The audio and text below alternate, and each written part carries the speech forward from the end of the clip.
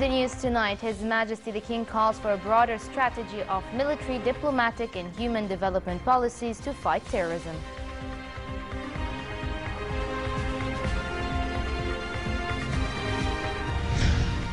His Majesty and the Italian President underlined the importance of finding a comprehensive political solution to the Syrian crisis. And on the occasion of the International Human Rights Day, the Prime Minister says the government develops a comprehensive system for human rights in Jordan. Good evening and welcome to a new edition of the news. His Majesty the King and Her Majesty Queen Rania returned home following a working visit to Italy. During the visit, King Abdullah participated in the Mediterranean Dialogue Conference, currently being held in the Italian capital, Rome, with the participation of heads of state and representatives of 40 countries. Following is the full remarks of His Majesty. Bismillahir Rahmanir Rahim. My dear friend, Mr. President, Prime Minister, my dear friend, Foreign Minister, Excellencies, ladies and gentlemen. Thank you all. It is an honor to help open the premier conference of the Rome Mediterranean Dialogues, and I know I speak for everyone here in thanking our Italian hosts for bringing us all together at a critical moment in our history. My friends, this gathering carries forward a living dialogue. Now, for centuries, the people of the Middle East, of Europe, and North Africa have engaged with each other through trade, cooperation, and learning.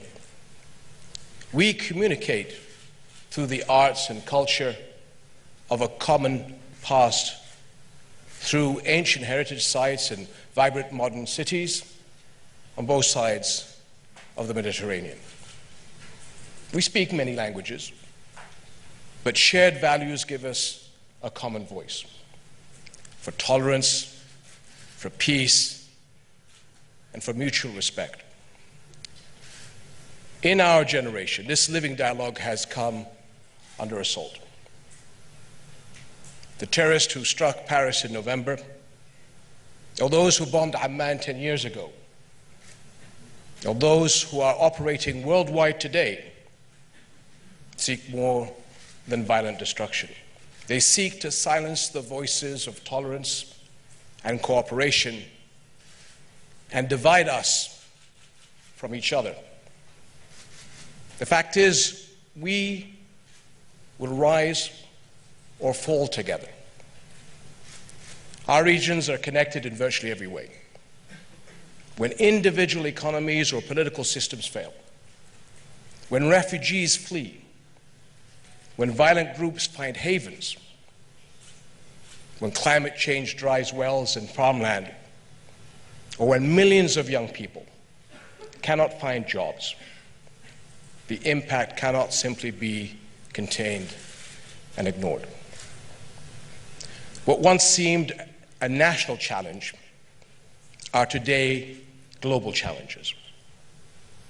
Yet it is this interdependence that also gives us the power to respond.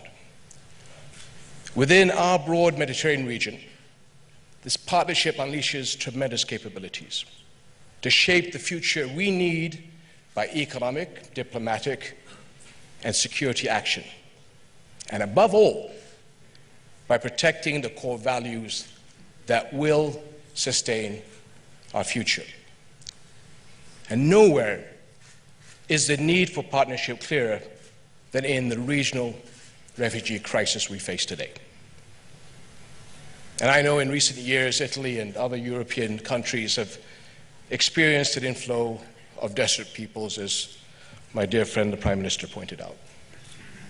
And we Jordanians understand this fortitude and humanity that is being demanded of you, because our own country has been coping with an even larger refugee burden for even longer.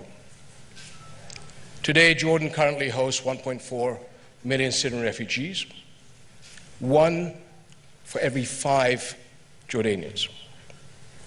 1/4 of our national budget, it's 25%, is being consumed by refugee-related costs. And for Jordanians, compassionate action, we believe, is our moral duty. But the reality is that we and a few other regional host countries have been carrying this refugee burden on behalf of the entire international community. The answer cannot simply be emergency aid, as vital as that is. There must be a comprehensive global engagement to address a crisis that realistically will not end soon. In economic terms, this means sustainable development support, especially in creating jobs and income. By partnering with us, enhancing trade agreements, and supporting our development infrastructure, Europe can help build a stronger Mediterranean neighborhood. This creates opportunity in both our regions. Ladies and gentlemen, Jordan has worked actively with the global community for a comprehensive approach to the challenges that terrorist groups pose today.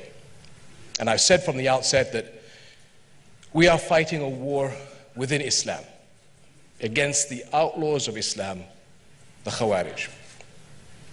Yet, as is painfully seen, these terrorists and outlaws threaten the entire world.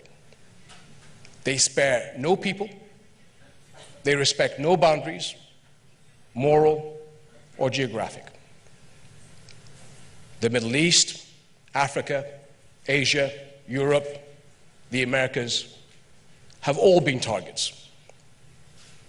This is a war we have to fight and win, but as a united global community. Our efforts must be framed within a broader strategy of military, diplomatic, and human development policies. Now, in Syria, a process or a political process is, I believe, the only way forward to a credible, inclusive, non-sectarian future, one that will preserve Syria's unity and independence. And I'm hopeful that we can now grab the opportunity that has emerged in the Vienna talks to move this process forward. Everywhere, we must stand behind the principles that unite our world. Today is International Human Rights Day. But until the Palestinian people achieve their rights,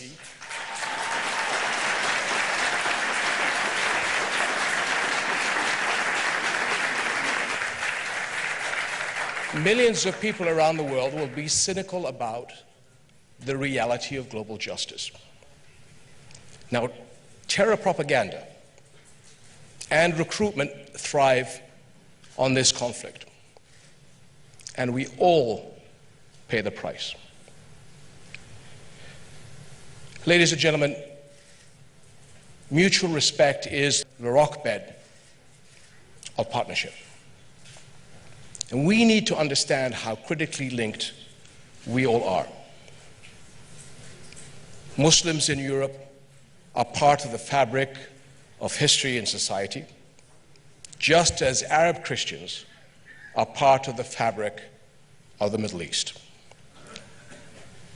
Europe's Muslim-majority countries and the Balkans, as the Prime Minister pointed out, are part of its regional future, just as our regions are part of a shared global future. No hatred, no persecution of minorities can ever be justified or tolerated. This is the message we must give to the next generation. Islam commands mercy and compassion and upholds the equal dignity of every person. The Prophet Muhammad, peace and blessings be upon him, said, "None of you has faith until you love for your neighbor what you love for yourself." And this golden rule is found in Christianity, Judaism, and other religions. This is the message we must give the next generation. My friends, at the heart of our partnership are the values of cooperation and mutual aid. Our regions will only move forward by moving forward together. This is a pragmatic reality, but it is also more, because it reflects the moral strength that will sustain us. And I believe this is the message we must give the next generation, not only through what we teach, but what we do. And here at the Rome Med Dialogues, your voices will help send these messages and more, to preserve and advance the shared moral values on which tolerant, inclusive, stable societies are built. So I wish you all the greatest success. Thank you very much.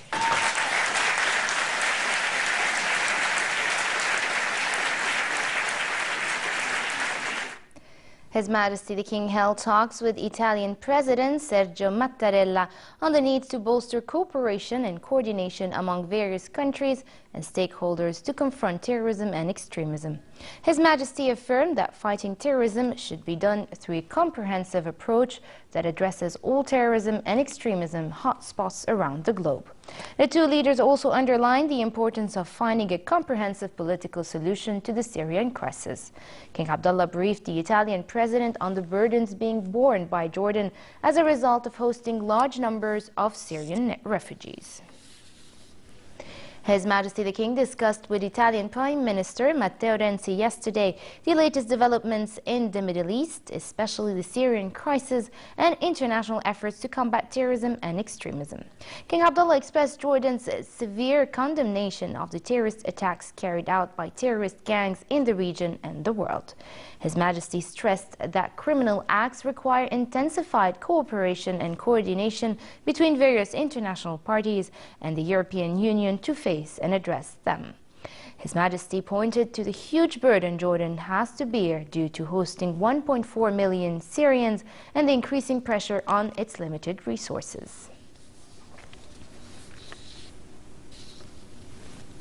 Her Majesty Queen Rania accepted an honorary doctorate in science, development and international cooperation from Sapienza University, one of Europe's most prestigious universities. The Queen received a degree in recognition of her activities in promoting peace and cross-cultural dialogue and her efforts against religious and gender discriminations. At the award ceremony, Queen Rania gave a speech that emphasized the need to unify against the common enemy of irreligious terrorists whose sole aim is to destroy the civilized world. As upsetting and unsettling as it is, this glimpse into the future has been a revelation. It's given us a renewed appreciation for what we have, what we value, and for what we must fight. So it must be a turning point for humanity. And I use the word "we" advisedly, because this is about all of us. It's not about Muslims or Christians, or conservatives versus liberals, or East versus West. This is not any one country's war. This is every country's war. Because for the first time in history, the civilized world has a common enemy. And the common enemy demands a concerted response, not a half-hearted response or a delayed response. We need an alliance of action, a can-do coalition. We need a new way of thinking, namely, courage to change our minds about things we thought we knew. Back here at home, Prime Minister Abdullah Mansour said that the government worked to develop a comprehensive system for human rights in Jordan in line with recommendations of the National Center for Human Rights report. In a letter on the occasion of the International Human Rights Day, which is observed on December 10th, Mansour said the report affirmed that the government had taken the necessary measures to implement the recommendations without any delay and prepare a comprehensive national plan for human rights. He pointed pointed out that the intensive follow-up and effort that have been exerted by the government are part of the work to develop the human rights system. The Prime Minister opened the Jerash Visitor Center's expansion and development project that was carried out by the Ministry of Tourism and Antiquities, as well as the Hashemite Park in the Amman Gate area that was implemented under a royal makruma. Ensur toured the Jerash Visitor Center, unveiled a commemorative plaque of 500,000 JD's project that included halls where information are presented in Arabic, English and French languages about the ancient city, in addition to a detailed map on the city and the displayed artifacts. And finally, cold conditions continue in most regions for the rest of tonight with light variable winds. Tomorrow, cold weather prevails in the hilly areas, but it will be fair in the Jordan Valley and the Dead Sea with light variable winds. The Gulf of Aqaba should expect fair conditions tomorrow with northerly moderate to brisk winds and slightly high seas. Next are the lows and highs for tonight and tomorrow.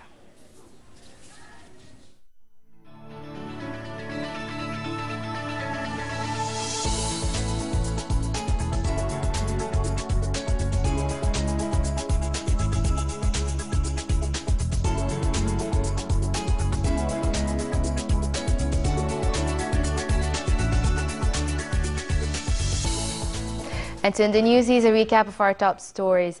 His Majesty the King calls for a broader strategy of military, diplomatic and human development policies to fight terrorism.